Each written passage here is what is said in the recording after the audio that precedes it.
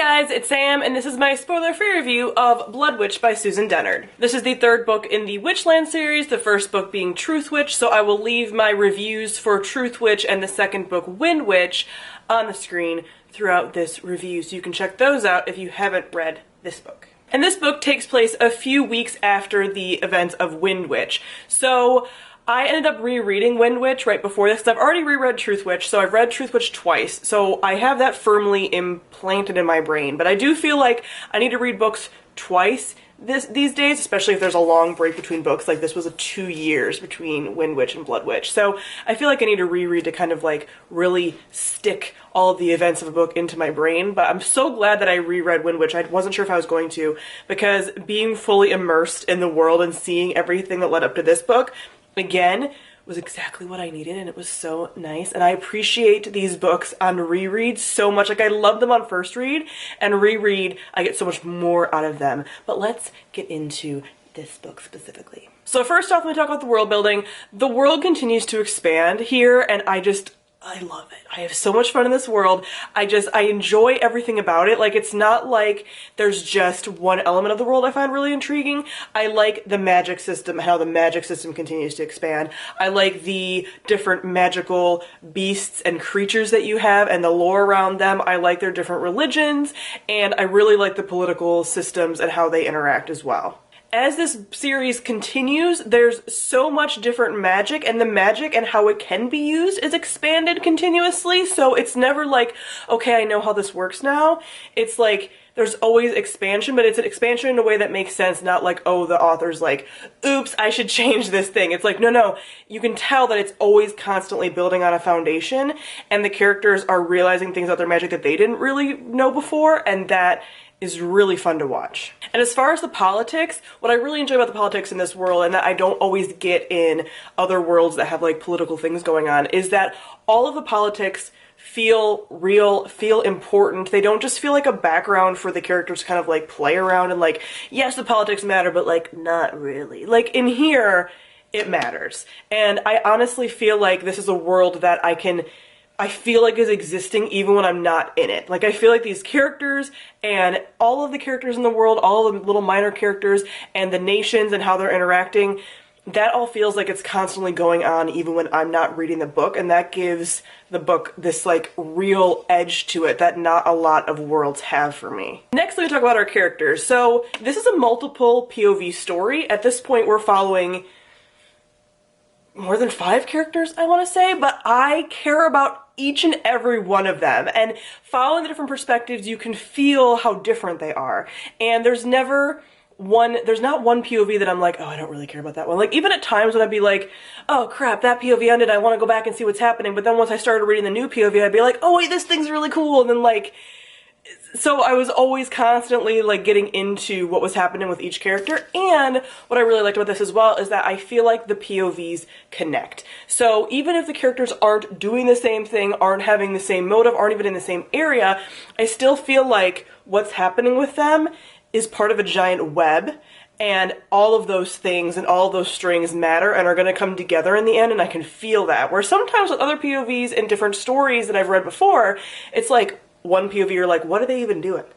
Why are we even following them? Because what they're doing doesn't matter. We're here, I really feel like even though it's a long game and it's going to be a long series, I honestly get the sense that all of these things are going to converge at some point in a really epic, meaningful way. And the cool thing too is at the beginning of this series, it really felt like it was Safi and Isolde's story, and those are the main characters. At this point, I kind of consider all of the POVs the main characters. I don't feel like it's Safi and Isolde's story, and then all of the other characters are just contributing to their story in some way. Like, no, everyone feels like unique, and like they have their own story, they have their own interesting character arcs, and it's not just how they're affecting the main characters. Like, all of them are playing an active role in the plot and in the world. Another thing I really like and appreciate, and that I've talked about before this series, is that there's so many good ships in this series as far as like relationships and couples, but they're really not the main focus of this world at all. They are an addition, a plus, but like even the characters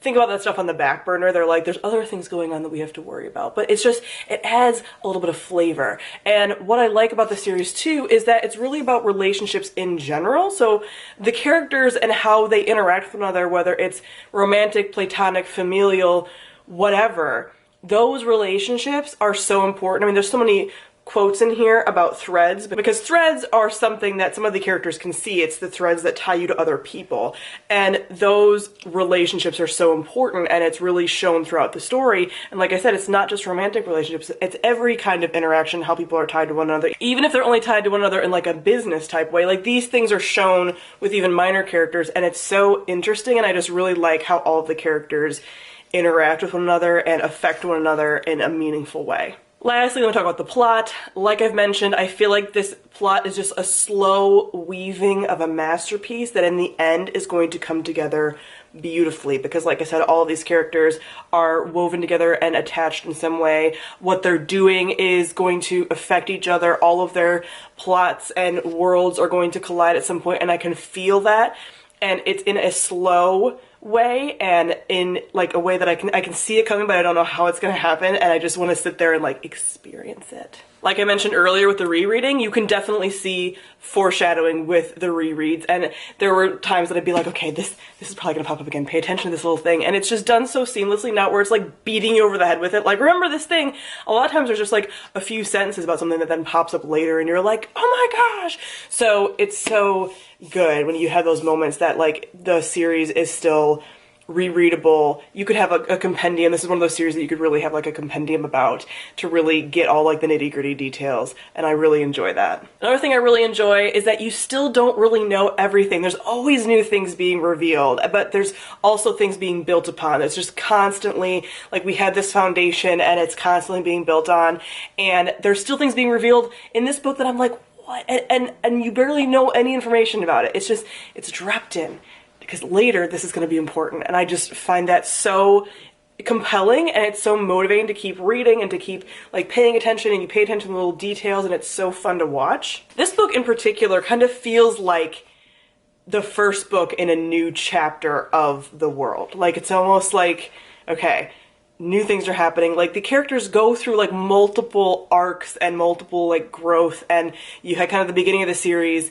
and now there's something like a page's turn, and I feel like new things are cropping up and new things we're learning that I'm very intrigued about. And each book kind of follows a particular character's arc, but like I've said, there's so many POVs that all of them are important, and again, you're just kind of seeing how the characters have already gone through a lot, and now we're kind of hitting the next phase of all of their stories. It's like generation 2 for these characters. So obviously, I highly enjoyed this story. I originally was like, is it a 4.5, 4.75? But as I was talking about it just now, I was landing kind of like at a 4.75.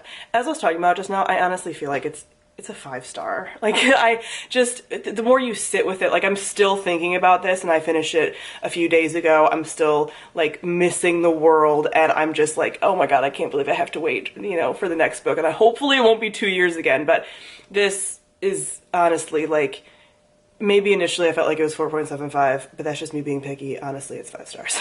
So I will be doing a spoilery gush on this book, so I will link that on the screen. I have 2 pages of notes for it, so get ready for that. So comment down below and let me know what you thought of Bloodwitch. Thank you all for watching, and I'll see all of you guys soon. Bye.